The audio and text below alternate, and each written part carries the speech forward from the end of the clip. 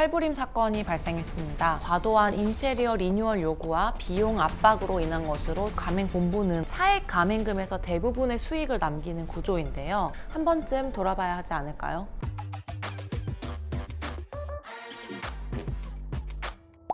(2025년 9월 3일) 오전 신림동의 한 피자 가게에서 칼부림 사건이 발생했습니다.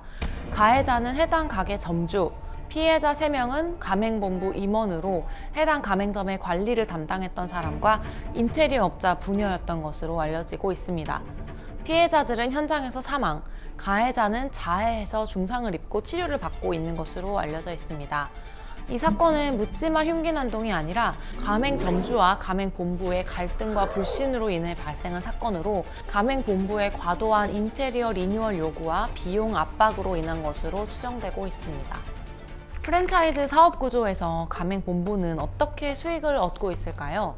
가맹본부는 기본적으로 가맹금, 로열티, 차액 가맹금 등을 통해 수익을 실현합니다. 이 중 가맹금은 최초 가입 시 납부하는 일회성 비용이기 때문에 가맹본부의 지속적인 수익 창출과는 크게 관련이 없고요. 로열티는 매출과 비례해서 징수되는 것이 일반적이고요. 차액 가맹금은 가맹본부가 특정한 물품이나 용역을 자신 또는 자신이 지정한 자로부터 구입하도록 요구하면서 여기서 마진을 남기는 겁니다. 우리나라의 경우 로열티는 아예 없거나 거의 없는 수준으로 매우 낮습니다. 따라서 가맹본부는 차액 가맹금에서 대부분의 수익을 남기는 구조인데요. 차액 가맹금은 매출액 대비 5에서 8% 정도라고 하는데 외식업 평균 마진율이 5에서 10% 정도라고 하니까 상당한 부담이 되는 정도이죠. 프랜차이즈 산업의 본고장인 미국에서는 1970년대부터 이미 로열티가 주 수입원으로 자리 잡고 있습니다. 규모는 보통 10% 전후로 알려져 있고 차익 가맹금으로 이익을 남기지 않는 구조인 거죠. 가맹점주들이 협동조합을 만들어서 식자재를 마진 없이 공급받기도 한다고 하네요. 우리나라의 경우 법적 다툼이 끊이지 않고 있는데요.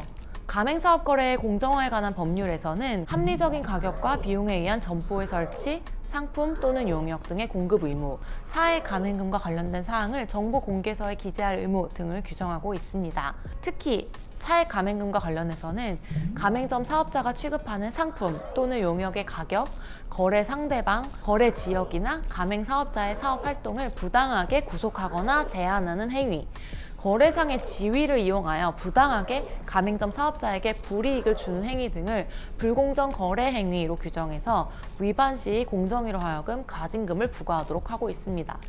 그러나 법에서는 구체적으로 어떤 행위가 불공정 거래 행위에 해당한다고 규정하지 않고 있기 때문에 실제로 법적 다툼이 끊이지 않고 있습니다. 실제 사건들에서 보면 빈번하게 문제되는 게 바로 필수 품목, 인테리어 등인데요. 가맹본부는 품질 관리, 통일성 등의 명분을 내세워서 가맹점주에게 원재료, 물품, 기기 이런 품목들을 자신으로부터만 구매하도록 강제하는 경우가 많습니다. 일면 타당하기도 하지만 가맹점 입장에서는 쉽게 납득하기 어려운 부분도 있을 수 있죠. 예를 들어서 치킨 가게에서 닭고기나 소스 등은 맛을 일관성 있게 유지하려는 측면에서 필수 품목으로 인정이 될 수 있겠지만 냅킨, 수저, 주방 세제, 세탁기기, 청소기 이런 품목까지 필수 품목으로 지정해서 고가에 판매하는 건 문제가 좀 있어 보이죠. 가맹본부 입장에서는 수익을 올리는 가장 쉬운 방법이 필수 품목을 늘리고 해당 품목의 가격을 인상하는 거기 때문에 이렇게 품질과 무관한 영역까지 필수 품목을 무한히 확장하기도 하면서 갈등이 빚어지고 있습니다. 이 사건은 가맹본부의 과도한 인테리어 리뉴얼 요구와 비용 압박으로 인한 것으로 추정되고 있습니다. 사건의 발단으로 지적되고 있는 인테리어 비용은 가맹점 창업에서 가장 큰 비중을 차지하는데 전체 창업 비용의 평균 45%에 달한다고 알려져 있어요. 가맹점 인테리어는 대부분 본사가 지정한 업체를 통해서 진행이 되는데 공사비를 최소 절반에서 많게는 전부 점주가 부담하고 점주가 낸 돈을 본사와 인테리어 업체가 나눠 갖는 구조라고 하네요. 여기에 보통 4에서 5년 주기로 의무적인 리뉴얼까지 요구되고 리뉴얼을 거부하거나 지정되지 않은 다른 업체를 선택할 경우 다른 명목에 또 추가 비용을 납부해야 한다고 하네요. 결국 비용 부담과 선택권 제한이 큰 문제가 되고 있는 거죠. 이런 불씨가 가맹본부와 가맹점 사이의 갈등을 야기하고 이번 신림동 피자가게 사건과 같은 극단적 상황을 발생하게 했다고 볼 수도 있을 것 같습니다. 그 어떤 이유에서라도 살인이라는 선택은 결코 정당화될 수 없고 용납할 수 없는 범죄입니다. 하지만 이 비극적인 사건은 가맹사업의 구조적인 문제와도 맞닿아 있고 결코 한 사람의 분노로만 치부하고 넘어갈 수는 없을 것 같습니다. 가맹본부가 공급망을 독점하면서 생기는 차액 가맹금 구조, 투명하지 않은 계약, 그리고 본사 중심의 일방적인 의사결정이 수많은 자영업자를 벼랑 끝으로 몰아넣고 있는 현실에 대해 한 번쯤 돌아봐야 하지 않을까요?